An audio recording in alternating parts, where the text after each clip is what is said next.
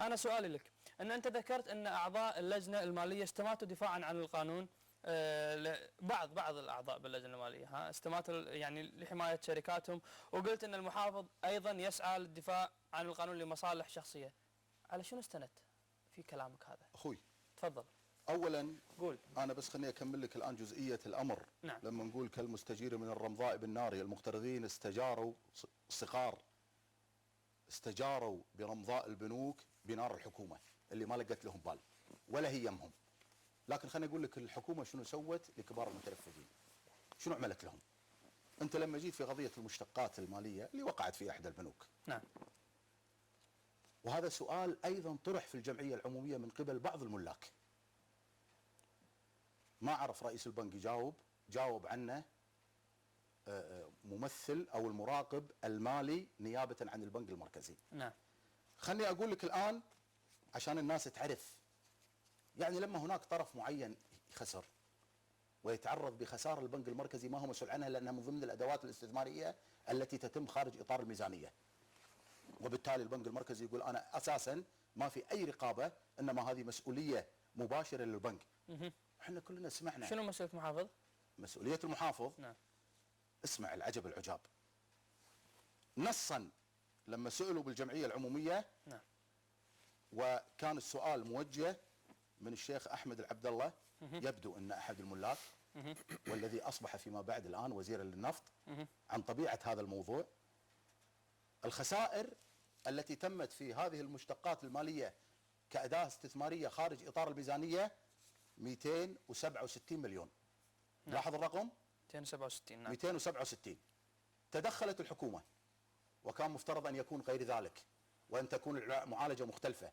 تدخلت الحكومه وبدال ما تعطيهم على سبيل المثال نص المبلغ او تعطيهم المبلغ كله، كم الرقم عندك؟ 267. اعطتهم الحكومه 420، البنك المركزي 420 مليون.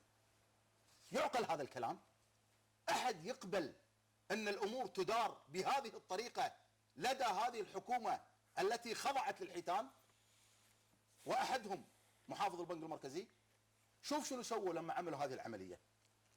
الاخوان في البنك رفعوا الرايه البيضاء، لكن واضح انها رايه رفعت باتفاق بينهم وبين محافظ البنك المركزي. اعطوه تفويض بملكيتهم امام الجمعيه العموميه واعطوه الاستقالات. لكن يبدو ان المحافظ البنك المركزي وعدهم بعدم استخدام هذه التفويضات. شنو عملوا فيهم؟ هل دعوا الجمعيه العموميه لاجتماع عاجل وسعوا لعزل مجلس الاداره؟ اللي حصل ان اثنين تبادلوا، اخوه تبادل مع اخوه في المواقع.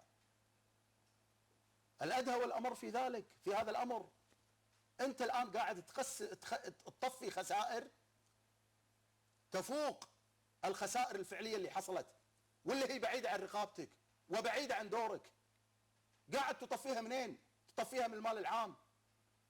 ابو حمود عندك يعني هذه الارقام متاكد منها؟ الرقم اللي هو 267 والرقم 420 هذه من الميزانيه. نعم. التي الى الان ما سلمت الا قبل يومين. تفضل ارجوك انك تعرضها على الناس. وشوف الاجتماع الجمعيه العموميه اللي قبله. لا ما فيها اسماء اللي هو انت بس همك الاسماء الله يهديك. واضحه 420 رقم موجود. واضح هذه ميزانيه ترى. هذه ميزانيه معتمده. نعم اوكي. لها 3 ايام. شو الهدف؟ انت شو تعتقد؟ شو الهدف من اجراءات المحافظ؟ الهدف وهم تسالني شو الهدف؟ الهدف ان الحكومه تريد ان تنفع، لم تتخذ اجراء على البنك، لم تعزل مجلس الاداره، لم تدعو الجمعيه العموميه وعندها تفويض. ليش؟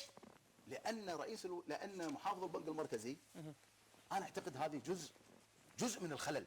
خله هو يفسر لي ليش عمل هذا عمل. خلي يفسر لي رئيس الوزراء ليش ما اتخذ اجراء يعاقب فيها من قام بهذا الفعل. وعملوا تهويل وضخموا المشكله. ترى القضيه اللي صارت في هذا البنك راح تسري بانهيار القطاع المصرفي، وانا لازلت اقول واتشرف انني كنت رافض لقانون ضمان الودائع، لاني اعرف ان محافظ البنك المركزي والحكومه تريد ان تحمي نفسها بالدرجه الاولى. مو قضيه قالوا انه والله هذه راح تحمي رؤوس الاموال لا تطلع برا وتجذب رؤوس الاموال. طيب انت قبل هذا كله لتعزيز الثقه شنو مطلوب منك؟ مطلوب منك انك تتخذ اجراء ضد من قام بهذا الفعل.